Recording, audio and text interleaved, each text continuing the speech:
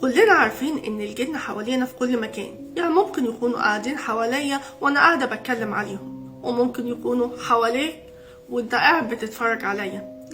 النهاردة هنتكلم عن قصة مرعبة حصلت لأحد المخرجين، خليته بعد اللي شافه في شقة عمته ان هو ياخدها جري من باب الشقة عندها في المهندسين لغاية باب الحديد وهو مش حاسس ان هو بيجري، واخدها جري. ايه اللي شافه في الشقة ده اللي انا هوصفه لكم وهحكيه لكم بالتفصيل دلوقتي. بس قبل ما احكي لكم اللي حصل والشيء المرعب اللي شافه بعينيه المخرج المعروف، احب انبهكم واقول لكم ان ممكن يحصل في شقة اي حد فينا 3 حاجات.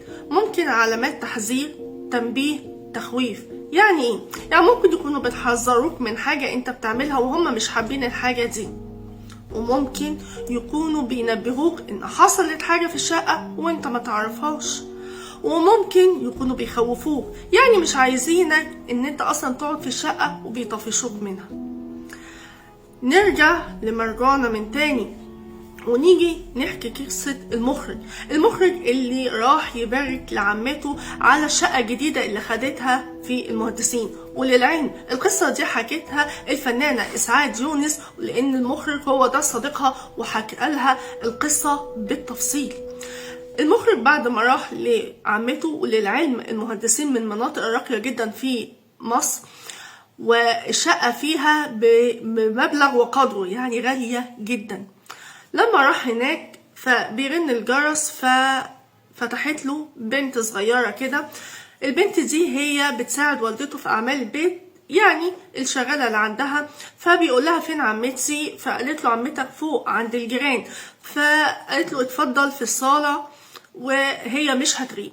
قال لها طيب. دخل استناها في الصالة، يعني في الصالون، وقالت له هتحب حضرتك تشرب ايه؟ قال لها اعملي لي فنجان قهوة. طب بتحبوا تشربوا ايه؟ قال لها يعني هو بيحب يشربه ازاي. قالت له طب مش هغيب، هروح اعمل لك القهوة وجاي.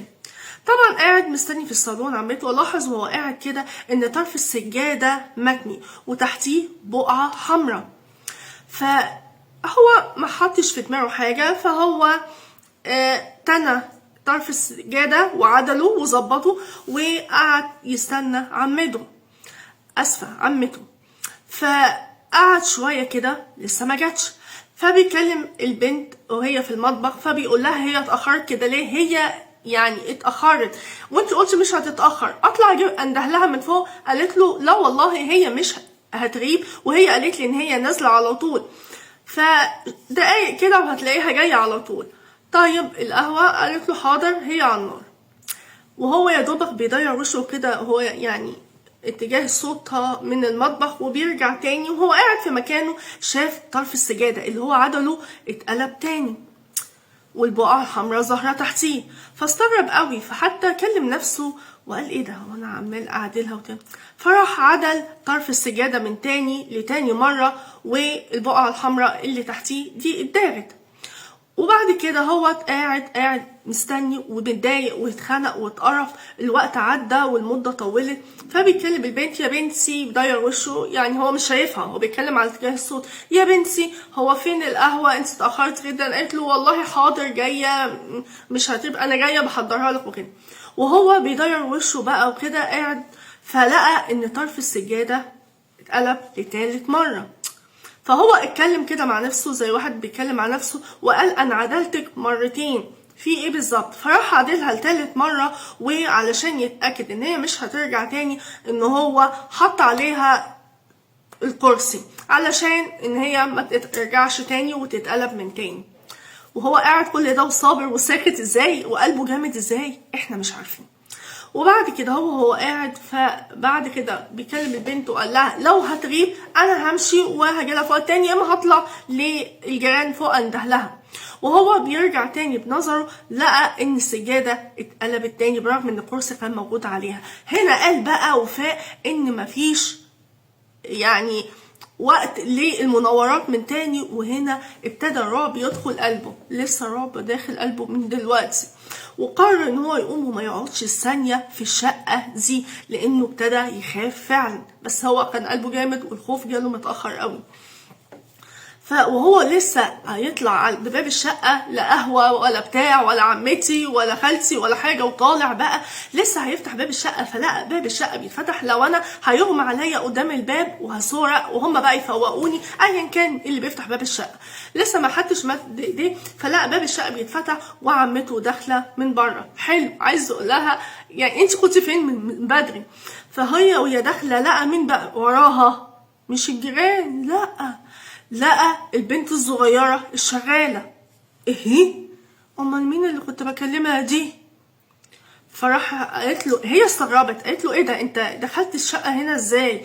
انت بتعمل ايه ودخلت ازاي؟ قال لها دخلت ازاي؟ دي اللي دخلتني. قالت له دي ايه؟ قالت له دي كانت موجودة معايا. قال لها لا، دي دخلتني وقالت لي هعمل لك القهوة. امال مين اللي كنت بكلمها دي؟ قالت له دي كانت موجودة اصلا معايا من بدري، من اول اليوم. فطبعا بيقول انا ما حسيتش بنفسي غير وانا واخدها جري من باب شقه عمتي، ما عملش اي رياكشن بعد الكلام ده، ورايت لغايه ما وصل لباب الحديد، مسافه كبيره جدا جدا جدا.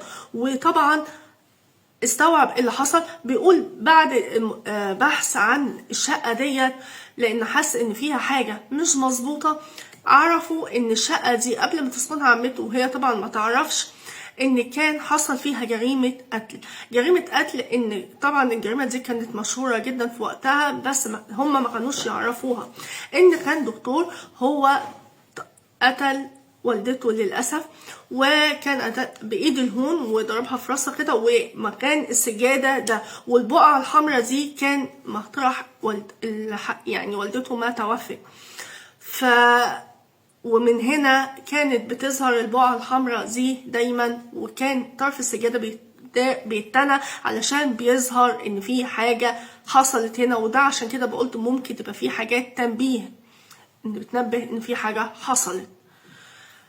قصة مرعبة فعلا جدا، وانا مش عارفة بصراحة هي الست استمرت في الشقة عمته، يعني عمة المخرج ده، ولا لا. فاكيد في ناس كتيرة حصل لها حاجات زي كده. في ناس حصل لها ممكن سمعوا أصوات، وده حصل لي أنا شخصيا، كنت بسمع ممكن أصوات عند ناس تانية، وناس قالوا لي إن هما كانوا بيسمعوا أصوات في شقتهم، بس لما ابتدوا يشغلوا القرآن بصفة مستمرة ما بقاش في حاجة يسمعوها ولا بتحصل. وفي حاجات كانت مرعبة، إن ممكن ناس بيشوفوا أو بيسمعوا حاجات إن هما علشان اللي موجودين دول، طبعا فاهمين انا قصدي مين، ان هم مش عايزينهم وبيخوفوهم علشان يمشوهم، لانهم ممكن يؤذوهم اكتر من كده. قصة مرعبة حرفيا. وتابعوني، والاول مرة يشوف القناة اتمنى يشرفني بوجوده في القناة عندي.